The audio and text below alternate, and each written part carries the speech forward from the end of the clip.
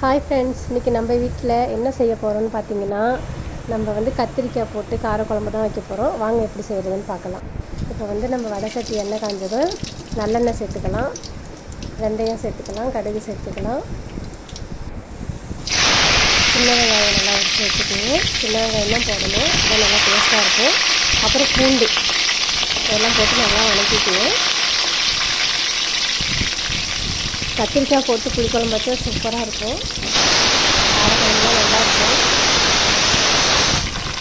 உங்கள் வீட்டில் யார் யார் செஞ்சுருக்கீங்க, பிடிக்குங்கிறத கமெண்ட்டில் சொல்லுங்கள். அப்புறம் நல்லா வதக்கிட்டு கொஞ்சம் சால்ட் போட்டுக்கலாம். சால்ட்டு போட்டு நல்லா வதக்கிடுங்க. வதக்கிட்டு அதுக்கப்புறம் கத்திரிக்காயும் சேர்த்துக்குங்க. நல்லா வதக்கிடுங்க நல்லெண்ணெயில்.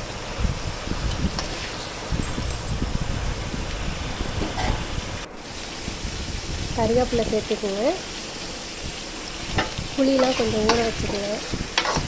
ஒரு பெரிய நெல்லிக்காய் அளவுக்கு ஊற வச்சுக்குங்க.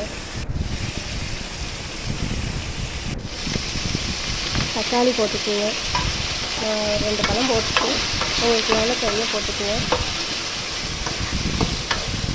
போட்டு எல்லாமே நல்லா வதக்கி வச்சுருங்க. வதக்கின பிறப்பாடு புளியை நல்லா கரைச்சி வச்சுக்குங்க. சால்ட் லைட்டாக போட்டுக்கலாம். நான் போடுற வீடியோலாம் உங்களுக்கு பிடிக்குதாங்கிறத கமெண்ட்டில் சொல்லுங்கள். நல்லா வதக்கிட்டு குழம்பு மிளகாய்த்தூள் போட்டுக்கலாம். நான் ஆச்சி குழம்பு மிளகாய்த்தூள் தான் யூஸ் பண்ணிகிட்ருக்கேன், அதான் போடுவேன். அப்புறம் காரத்துக்கு கொஞ்சம் தனி மிளகாய்த்தூள் போட்டுக்குங்க. போட்டுட்டு நல்லா எண்ணெயில் வதக்கி விட்டுருங்க. வதக்கிட்டு அதுக்கப்புறம் புளி கரைசலை கொஞ்சம் சேர்த்துக்குங்க. சேர்த்துட்டு லைட்டாக உப்பு சேர்த்துக்குங்க.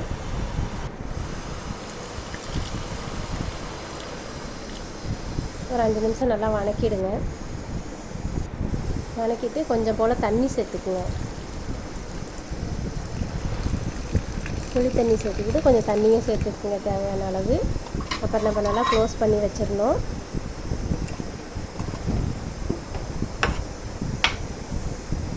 அவ்வளோதான் ஃப்ரெண்ட்ஸ், காரக்குழம்பு கத்திரிக்காய் போட்டு ரெடி ஆகிடுச்சு. இந்த வீடியோ பிடிச்சிருந்துச்சுன்னா லைக் பண்ணுங்கள், கமெண்ட் பண்ணுங்கள், சப்ஸ்கிரைப் பண்ணுங்கள். அப்போ தான் நான் போடுற வீடியோ உங்களுக்கு வந்துடும்.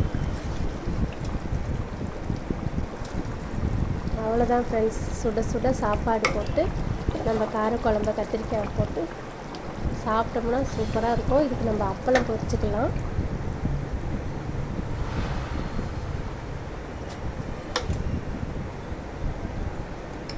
அவ்வளோதான் ஃப்ரெண்ட்ஸ், வாங்க சாப்பிடலாம். பாய்.